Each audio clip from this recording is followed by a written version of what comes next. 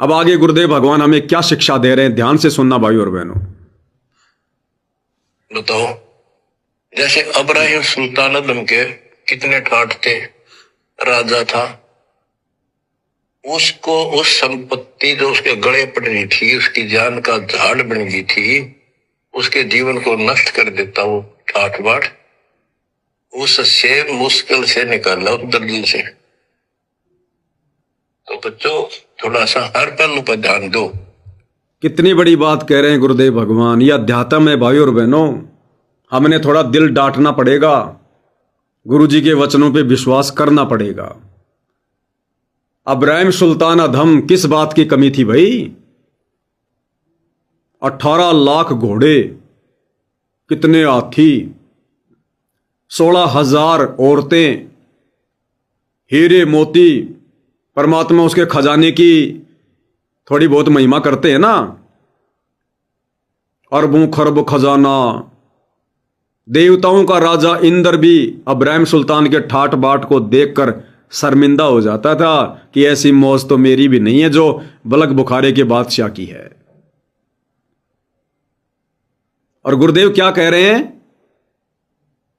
उस अब्राहिम सुल्तान को उस दलदल से बाहर निकाला जो दलदल उसके लिए उसकी जान का जंजाल बन गया था। यानी वो संपत्ति, वो माया, वो धन, वो पैसा, वो औरतें, वो ठाट बाट, वो हाथी घोड़े, वो मान बढ़ाई, परमात्मा कहते हैं उसके जी का जंजाल था, काल की बेड़ियां थी। हम नादान ये चीजें परमात्मा से मांगते रहते हैं और भगवान ने इन चीजों को क्या बताया? दलदल। दलदल क्या होता है? ऐसी मिट्टी, ऐसी गारियां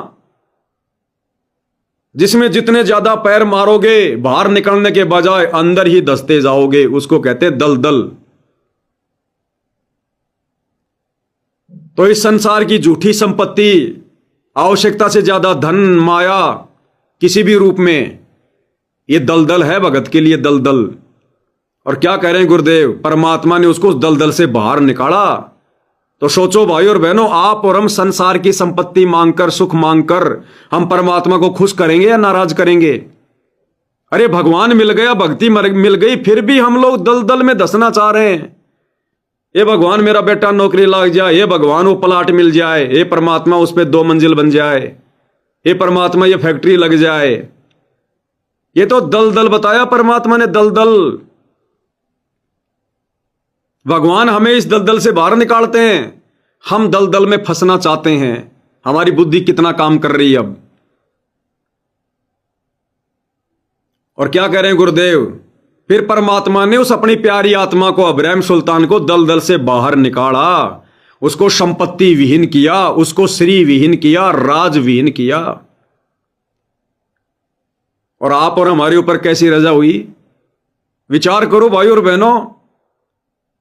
अब्राहिम सुल्तान को तो परमात्मा ने भक्ति पर लगाने के लिए दलदल से बाहर निकाला, और उस दलदल से बाहर निकालने में परमात्मा को कितना प्रयत्न करना पड़ा, कैसी कैसी लीलाएं दिखानी पड़ी उस दलदल से बाहर करने के लिए।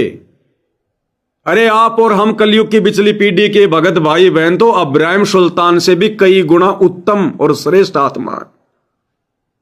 अब्राहिम को तो परमात्मा ने दलदल से बाहर निकालना पड़ा भक्ति के लिए। आप और हमें परमात्मा ने ऐसे घर में जन्म दिया, हमें संपत्ति विहीन बनाकर जन्म दिया। हमें परमात्मा ने दलदल में फांसा ही नहीं। अब्राहिम को तो दलदल से बाहर निकालना पड़ा, संपत्ति विहीन उसको करना पड़ा। आप और हमें परमात्मा ने ऐसे घरों में जन्म दिया, संपत्ति विहीन बनाकर।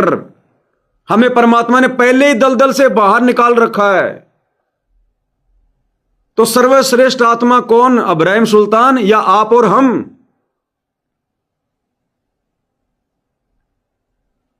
अब यदि हम उसी दलदल में फंसना चाहेंगे अपनी कमजोर बुद्धि के कारण, तो फिर मोक्ष कैसे प्राप्त करेंगे?